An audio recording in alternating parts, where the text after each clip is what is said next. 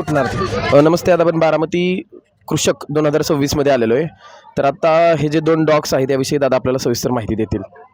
तर काय नाव आहे या डॉगचं? डॉगचं नाव आहे मुधोळ हाऊंड. ही प्रॉपर कर्नाटकची ब्रीड आहे.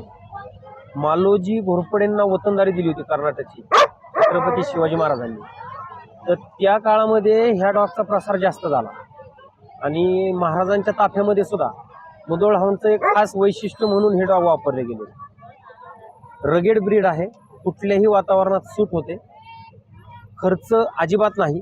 जे घरचं तुम्ही खाऊ घालताय त्या पद्धतीनेच ती ब्रीड तुमच्याबरोबर राहील आणि रफ अँड टफ आहे. अरे वा. तर आता मला एक विचारायचं होतं की आता कुत्रे तर सगळेच पाळतात घरी, कुणाला आवड असते, कुणाला संरक्षणासाठी म्हणा, पण कुत्रे पाळताना काय काळजी घेतली पाहिजे आणि रेबीचा धोका कसा टाळला पाहिजे याविषयी तुम्ही काय सांगाल? कुत्रे पाळताना सर्वप्रथम ही बऱ्याच जणांना माहिती नाहीये, पण एक माहिती लक्षात घ्या. कुत्र्यांना दूध सगळ्यात पहिलं बंद करा. तेल, मीठ, मिरची, त्याच्यानंतर द्राक्ष, टोमॅटो, ह्या गोष्टी कुत्र्यांना जर तुम्ही टाळता आल्या तर तुमचं कुत्र नक्कीच 16 ते 17 वर्ष तुमच्या दारामध्ये राहील.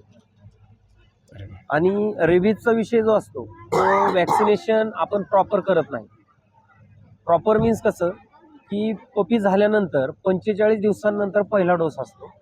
त्यावेळेस जे प्रॉपर वॅक्सिनेशन होतं तो पहिला डोस, त्याच्यानंतर परत महिन्यानंतर एक डोस आणि नंतरचा एक महिन्यानंतर एक डोस, ह्या पद्धतीने जर डोस दिले तर कुत्र्याचं आयुष्यमान हे नक्कीच वाढतं आणि रेबीज, गॅस्ट्रो ह्यासारखे आजार त्याला होत नाहीत.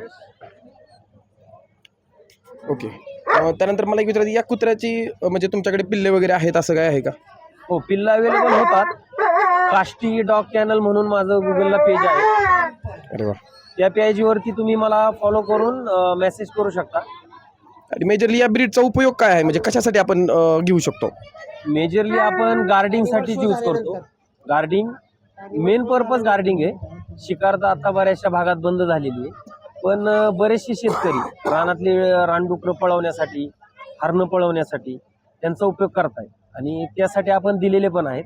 राजस्थान, नांदेड, नागपूर या साईडला आपले हे डॉग गेलेले आहेत. आता खूप लोकांना कुत्र्यानं म्हणजे आपण म्हणतो की कुत्रा थोडासा व्यवस्थित नाही वागला की लोकांना वाटतं त्याला रेबीज झालाय, लोक घाबरतात आणि त्याला मारतात किंवा त्याला दगड मार, तर त्याची पण म्हणजे खूप ही चिंतेचा विषय आहे. तर तुम्ही सांगू शकाल का की रेबीज झाला हे कसं ओळखायचं नक्की? रेबीज झाल्यानंतर प्रथमतः एकतर 2 ते 3 दिवसात लक्षणं दिसतात.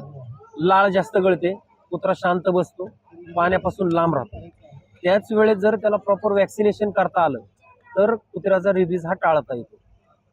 पण जर लाळीचं प्रमाण जास्त आहे, कुत्रा अटॅक करायला लागला आहे किंवा कुठल्याच कंडिशनला तो थांबायला तयार नाही, यावेळेस त्याला प्रॉपर डॉक्टरकडं नेणं, वॅक्सिनेशन करणं हे सगळ्यात महत्त्वाचं आहे. अशा गोष्टीतून रेबीज टाळता येईल. अरे वा, थँक्यू.